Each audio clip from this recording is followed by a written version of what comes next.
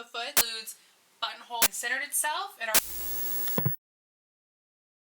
Hey everyone, this is Sarah with sewingpartsonline.com, and today we're going to go over how to use the Bobbin Puller needle inserter. It's magnetic and it makes threading your machine or troubleshooting your bobbin so much easier and faster.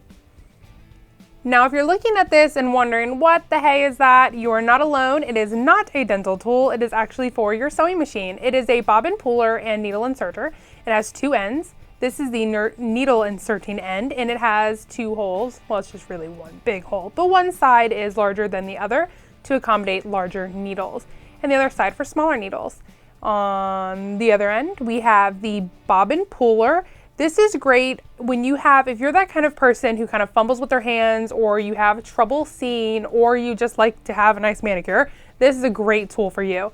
The center is gripped, so you can get a nice hold onto it. It has a nice weight to it. You're not going to worry about dropping it or flinging it around. It's really, really good. So first we're going to go ahead and do the needle inserting part. So grab our needle. We're going to put it in. This is just a regular old needle. I'm going to put it in like this. The important thing to know is that your flat side is on the back, because that's how we put it in a needle. So here we go. You put it up in there, and then you just tighten your screw. And then you pull it out.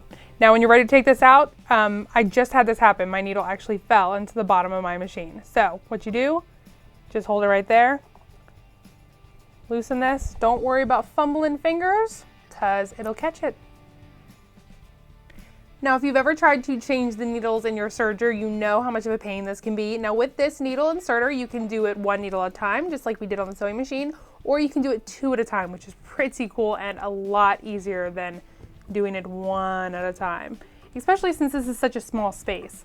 So you put two in the hole, then you wiggle it underneath here, and then you're going to let this hold your needles in place while your fingers bring them up into the hole. So I'm going to try to keep my hands out of here as much as possible, but it is an incredibly awkward angle. So one at a time with the flat backs facing like they normally would to the back. You kind of use your fingers to push them up, the needle holder to keep it in place. Now that they're in there, I'm going to grab my screwdriver, try to keep my fingers out of the way, and tighten all of these. Sorry if my hand is in the way. I'm just tightening the screws. And then I can pull this down and out. And we have just changed the needle in our serger two at a time. Now when you're ready to take these out, you can take them out one at a time or two at a time. It's kind of just the reverse of how you installed them. Go ahead and put this underneath the needles. You just want to kind of put them in the hole. Then you grab your screwdriver, try to keep my hands out of the way, and loosen the screws